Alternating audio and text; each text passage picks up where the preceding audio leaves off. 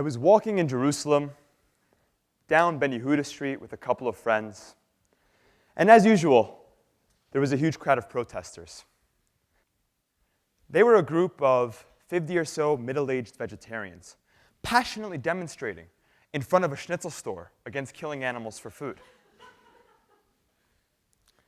I didn't think much of yet another Ben Yehuda protest, but one of my friends was clearly disturbed. So he ran to Cafe Rimon, bought himself a piece of schnitzel, ran back to the protest, got up on a table, and yelled, "If chickens can eat people, then people can eat chickens, and vegetables are people too." He then ate the piece of schnitzel as the entire protest came to a halt, and they all tried to figure out when chickens have eaten people, how vegetables can be human beings, and why this lunatic was standing on a table yelling at them while eating schnitzel. I am here to talk about millennial destiny, not the merits of being a carnivore vegetarian. But this strange encounter had a profound impact on me. I realized two life-altering messages. First and foremost, I need more normal friends.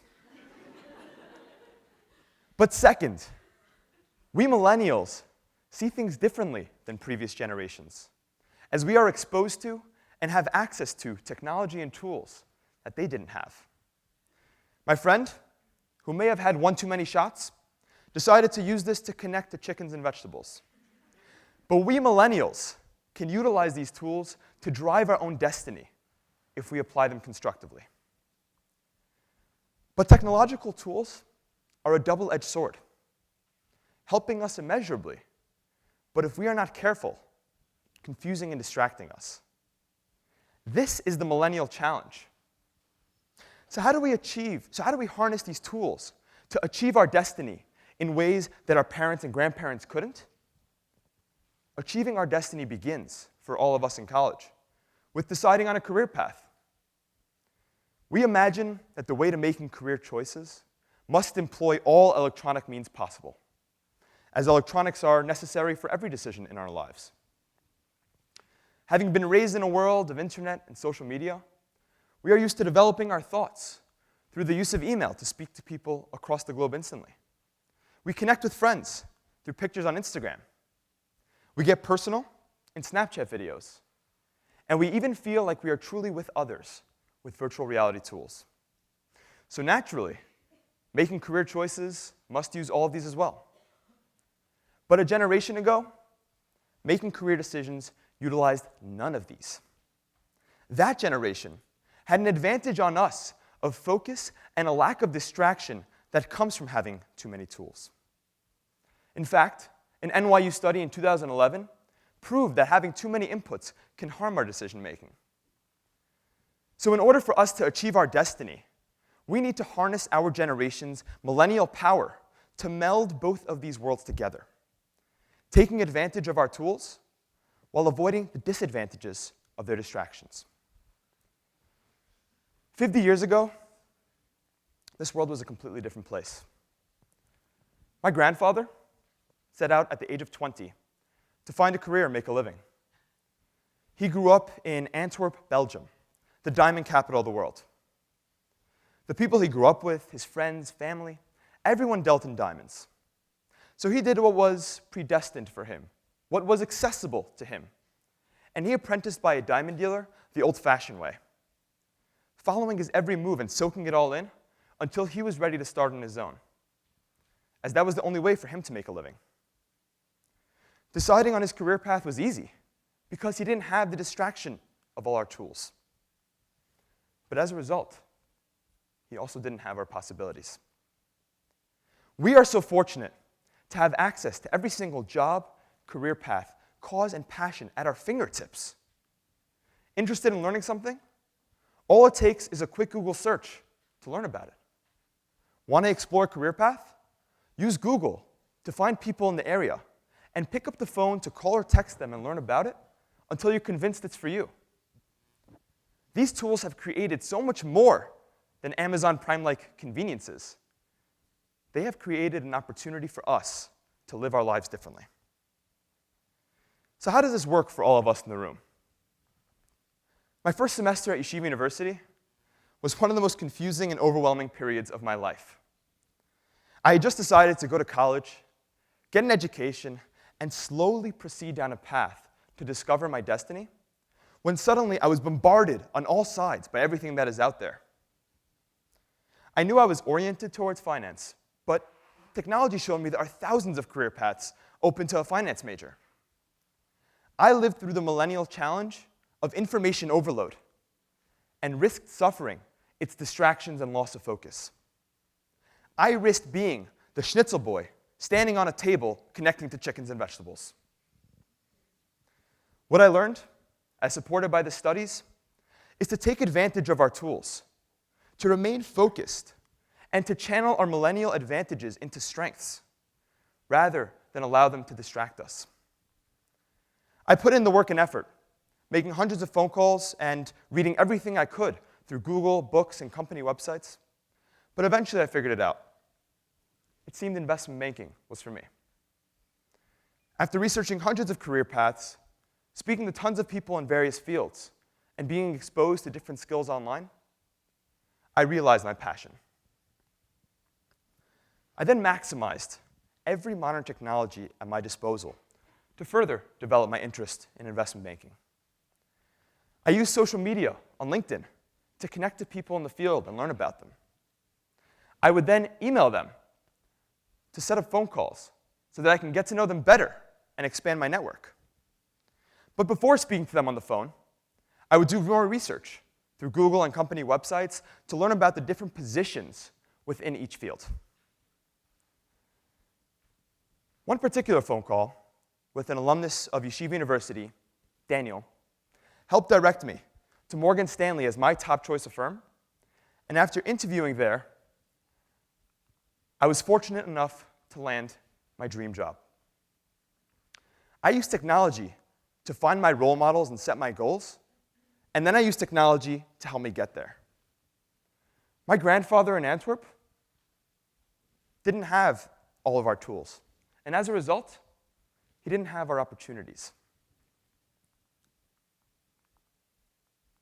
Not us. This is the strength of the millennial era. While it sounds like I am on a path to discovering my destiny, it's important to realize that we millennials are still at risk of getting sidetracked. Many of my working friends are not happy in their job or firm. In an Experience Inc. study, it found that 43% of millennials are not in the job they expected to be out of college. 60% of millennials are looking to switch jobs or career paths. And 70% left their jobs within 2 years of graduating college. Because we have access to so many different people and paths, we are constantly jumping from place to place. Employers are more frustrated than ever before due to the difficulty of retaining talent. The beautiful gift of internet and social media continues to be a problem, as we continue to have too many choices. We are constantly jumping from place to place as the fear of missing out is too enticing. This tempts us to become the jack of all trades and master of none, as we sample everything instead of focusing.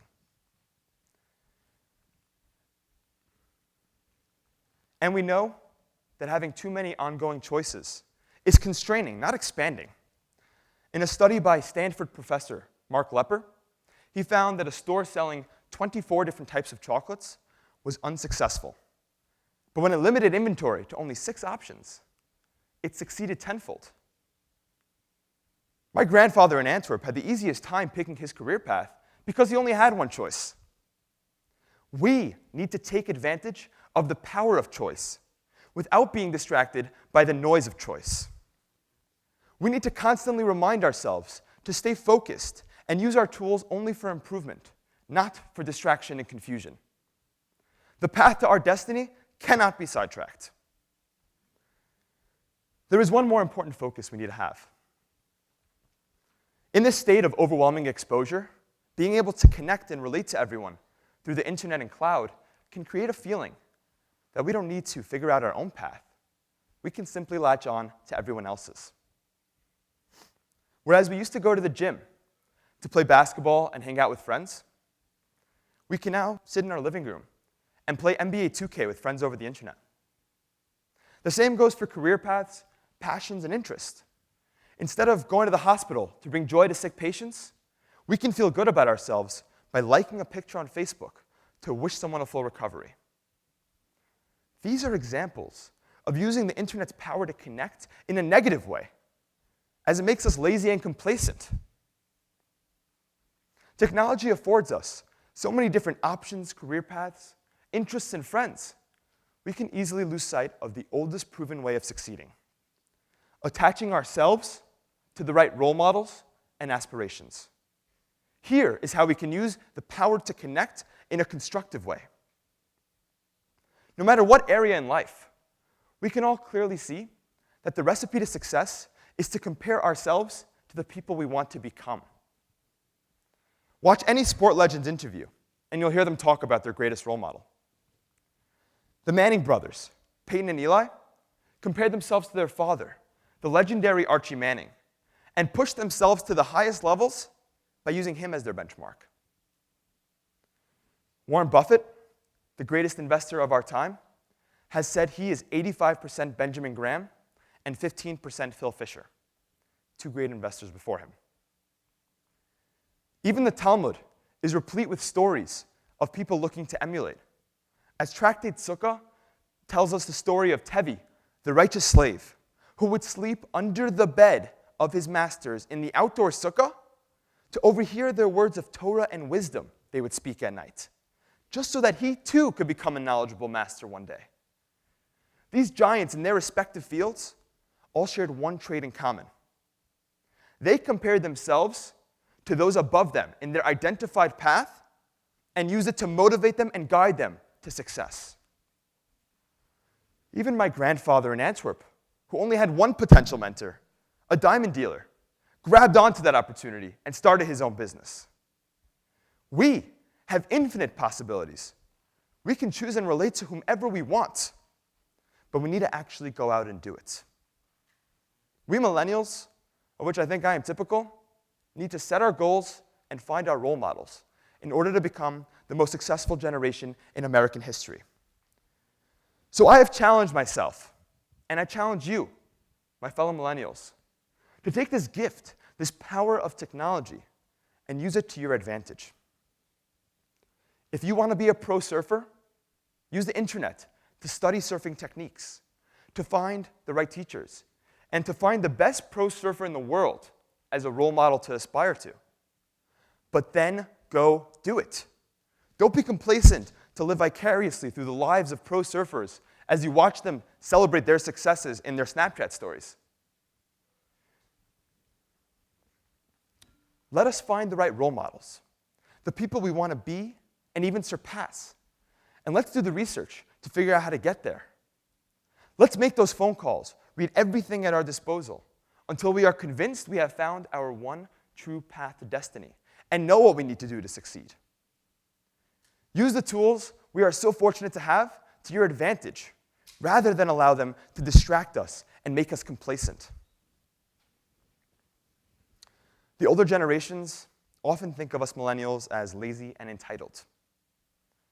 By utilizing the opportunities and tools afforded to us, we can turn what some believe is our weakness into our greatest strength and find our true destiny. Thank you.